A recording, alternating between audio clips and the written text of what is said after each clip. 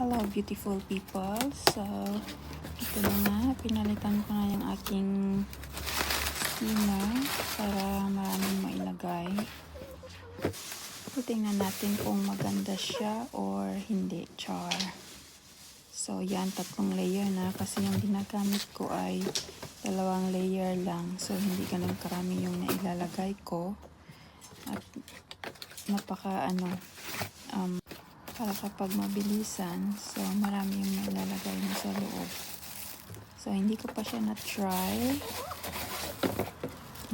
Maybe in few days try ko na siya or tomorrow para matingnan kung okay ba siya or hindi. Kasi yung aking luma ay hindi po siya electric. So we will see kung maganda siya or hindi. Mura lang siya. Actually, matagal ko na siyang gustong bilhin.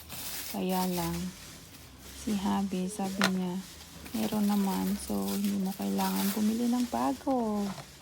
So, ngayon, kailangan ko na talaga kasi kailangan ko ng maraming lutuin or space. Pag 2 lang, 2 layer, hindi siya ganun karaming mailalagay. So, let's see and find out. Ipapakita ko sa inyo sa next video natin. Thank you guys.